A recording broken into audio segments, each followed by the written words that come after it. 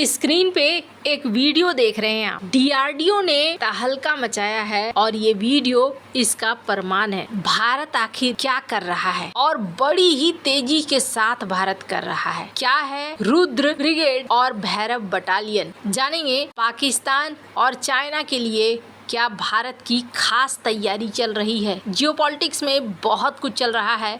हमेशा की तरह वर्ल्ड मिरर के इस एपिसोड में जानने को मिलेगा बहुत कुछ, इसलिए वीडियो को अंत तक जरूर देखें। स्क्रीन पे एक हेलीकॉप्टर देख रहे हैं। ये हेलीकॉप्टर अभी पाकिस्तान के लिए सिरदर्द बना हुआ है, पाकिस्तान की नेवी के लिए। दरअसल वैसे तो आज की दुनिया में ASW हेलीकॉप्टर्स किसी भी देश के लिए बेहद खास हथियार बनकर उभरे हैं। क्या है ये ASW? दरअसल ये एक ऐसे हेलीकॉप्टर हैं जो पनडुब्बियों को मार गिराते हैं। आसमान में उड़ते हुए पनडुब्बियों को मार गिराने का काम करते हैं, यानी कि नौसेना को एक तरीके से बहुत बड़ी मदद। सेंसर प्लेटफॉर्म के साथ साथ ये त्वरित प्रतिक्रिया भी देते हैं। पाकिस्तान ने अपनी नेवी की ताकत को बढ़ाने के लिए चीन से हार्बिन Z9EC ASW हेलीकॉप्टर्स लिए थे और पाकिस्तान को उम्मीद थी कि उसके नौसैनिक बेड़े, खासतौर से F-22P जुल्फिकार वॉरशिप की ताकत बढ़ जाएगी। हालांकि नतीजा एकदम उलट हुआ। Z9EC पाक नेवी की क्षमता बढ़ाने के बजाय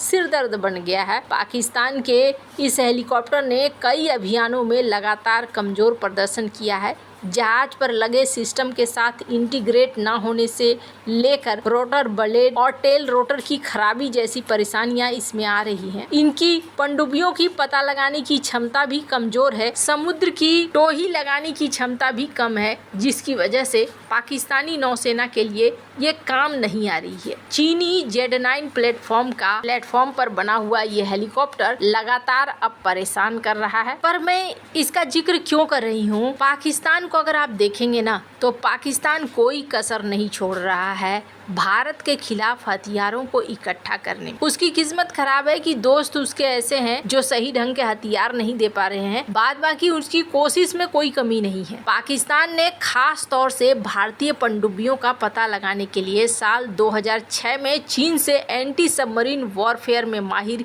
इन हेलीकॉप्टर्स को खरीदा था, लेकिन बाद में ये खरा नहीं उतरा, जिसकी वजह से अब इनको इससे परेशानी हो रही है और अब ये चाह रहे हैं कि कहीं और से हमें हथियार मिले। पाकिस्तान हो या चाइना हो, दोनों ही अपने हथियार के जुगाड़ पर लगे हुए हैं। वैसे तो चाइना और भारत को अभी आप देखेंगे तो लगेगा कि थोड़े संबंध तो सुधर रहे हैं, लेकिन भारत इस चीज को जानता है बहुत अच्छे से कि चाइना के ऊपर आप भरोसा नहीं कर सकते हैं। और ये बात मैं नहीं कह रही हूँ, बल्कि स्क्रीन पर एक आर्टिकल देखिए। भारत की तरफ से ये बयान दिया जा रहा है कि हम जानते हैं चाइना शक्तिशाली बनना चाहता है नेवी के क्षेत्र में, और यहीं पर यह भी देखने को मिला है कि चाइना ने मिलिशिया के जरिए हाइब्रिड वॉर अपनाना शुरू कर दिया है नौसेना की जगह पे या फिर समंदर के इलाकों में। तो चाइना हो या पाकिस्तान हो, भारत इन खतरों से बहुत अच्छे से वाकिफ है। और ऑपरेशन सिंदूर के बाद ना भारत को कुछ चीजें समझ में आई है, जिसके बाद भारत ने उसका उपयोग करना शुरू कर दिया है। इस वीडियो को अंत तक जरूर देखना आप, क्योंकि इस वीडियो में दो बड़ी चीजें हैं। पहली बात तो ये, कारगिल विजय दिवस पर भारत के आर्मी चीफ ने बड़ी घोषणा करी है।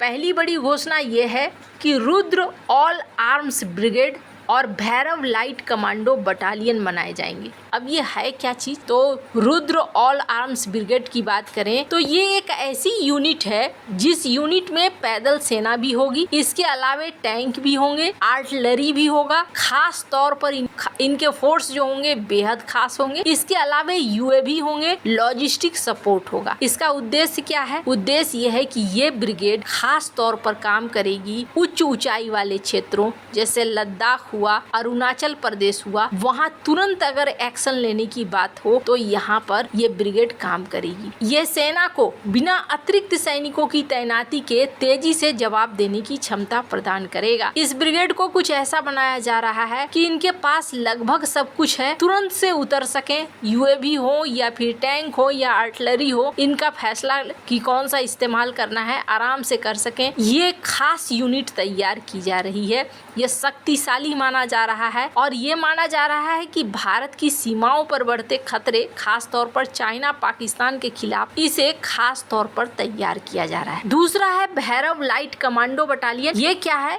ये भी एक खास यूनिट है जिसे सीमा पर तुरंत से और सटीक घातक हमलों के लिए तैयार किया गया है। इसमें para special force, para airborne बटालियनों का समर्थन करेंगी। भैरव बटालियन को नियमित पैदल सेना से चुना जाएगा। इन्हें भी अत्याधुनिक हथियार, ड्रोन टेक्नोलॉजी से लैस किया जाएगा। इनका काम क्या है? इनका काम है छापेमारी का और आतंकवादी खतरों को तुरंत रोकने का। अब कहा जा रहा है इन बटालियनों को धीरे धीरे तैनात किया जाएगा और जनरल द्विवेदी ने इस बात को कहा कि ये बटालियन इतने घातक होंगे ना कि दुश्मन इसे देखकर ही आश्चर्यचकित हो जाएंगे। और सबसे बड़ी बात ये है कि ये दोनों ही ब्रिगेड और बटालियन दोनों में ही ड्रोन प्लाटूनों को जोड़ा जाएगा और जो आधुनिक हथियार है उनको जोड़ा जाएगा। साथ ही साथ जो डिफेंस सिस्टम है उसमें भारतीय मिसाइलों को भी लगाया जाएगा। 2 आकाश प्राइम रेजिमेंट्स को चीन की सीमा पर उच्च ऊंचाई वाले क्षेत्रों में तैनात किया जाएगा जो 25 किलोमीटर तक के हवाई खतरों को नष्ट कर सकते हैं। ये तो रही बात कि नए रेजिमेंट और नए बटालियन की तैनाती और तैयारी की। वहीं दूसरी तरफ ये जो वीडियो देख रहे हैं, पता नहीं भारत की मीडिया में इसके चर्चे बहुत कम हुए, लेकिन ये एक बहुत बड़ी उपलब्धि है जो DRDO ने हासिल करी है। अब ये जो वीडियो देख रहे हैं, इस वीडियो में आप क्या देख रहे हैं? इस वीडियो में एक UAV है और UAV यहाँ पर गाइडेड मिसाइल को लॉन्च कर रही है। इस गाइडेड मिसाइल का नाम है ULPGM V3 यानी कि unmanned launched munitions extended range के नाम से इनको जाना जाता है। ये हल्की है, सटीक है और एयर टू ग्राउंड मिसाइल है। इसका वजन है 12.5 kg जो अलग अलग तरह के ड्रोनों के साथ बनता है। यानी अब ड्रोन से मिसाइलें भी फायर होगी। सिर्फ आत्मघाती ड्रोन नहीं बल्कि एक high definition dual channel Sikar से लैस जो दिन और रात दोनों समय में फायर एंड फॉरगेट क्षमता के साथ मिसाइल काम करे। इन मिसाइलों को इन ड्रोनों में फिट कर दिया जाएगा और फिर उसे कमांड सेंटर से कंट्रोल किया जाएगा, जिसके बाद ड्रोन काम करेंगे हवाई जहाज का। ये जो नई मिसाइल है ये हल्के डिजाइन और ड्रोन से लॉन्च होने की क्षमता के कारण नाग मिसाइल से एक कदम आगे ही है। नाग मिसाइल को जमीन से या फिर वाहनों से लॉन्च किया जाता है। ULPGM V3 को ड्रोनों से लॉन्च करके युद्ध क्षेत्र में कहीं भी लॉन्च किया जा सकता है। आप समझ सकते हैं, कल्पना कर सकते हैं कि ड्रोन का इस्तेमाल आने वाले समय में कितना खतरनाक तरीके से हो रहा है। तो भारत लगातार इस दिशा में आगे बढ़ता जा रहा है। वैसे आपको क्या लगता है? इन सब मामले में आपकी क्या राय है? कमेंट कर जरूर बताएं। जल्द मिलते हैं अगले वीडियो में नई खबर के साथ।